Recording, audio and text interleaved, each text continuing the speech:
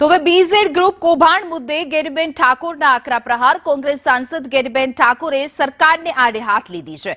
ગુજરાતમાં ભ્રષ્ટાચારી કૌભાંડીઓ વધી ગયા છે। ગેનીબેન ઠાકોરે સીધા સરકાર પર પ્રહાર કર્યા છે। ભ્રષ્ટાચારી કૌભાંડીઓને કાયદાઓનો ડર જ નથી રહ્યો। ભ્રષ્ટાચારમાં ભાજપના નેતાઓ રેકોર્ડ બનાવશે કે શું તેવું ગેનીબેન ઠાકોરે પ્રહાર કર્યા છે। ભ્રષ્ટાચારમાં નેતાઓની મિલીભગત હોય છે। બીઝેડમાં કોઈ એક વ્યક્તિ નહીં મોટો સમૂહ છે તેવું ગેનીબેન ઠાકોરે પ્રહાર કર્યા છે। શું કહ્યું છે આવો સાંભળીએ।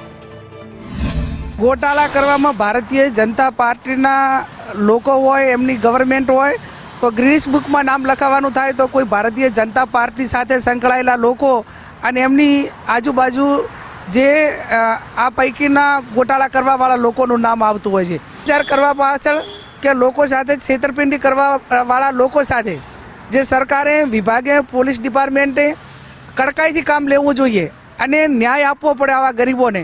એ ક્યારે એક પણ કિસ્સાની અંદર એક પણ ઘટનાની અંદર આપ્યો નથી અને એના હિસાબે આવા ફ્રોડ કરવાવાળાની જે સંખ્યા છે એ વધતી જાય છે। ક્યાંક એમને મનોબળ એમનું વધતું જાય છે અને ક્યાંક ને ક્યાંક એવો અહેસાસ થાય છે કે અમારા પહેલાં જેણે ગોટાળા કર્યા હતા, જેણે ભ્રષ્ટાચાર કર્યો હતો એની પાછળ કોઈ કાર્યવાહી નથી થઈ તો અમારી પાછળ પણ કંઈ થવાની નથી।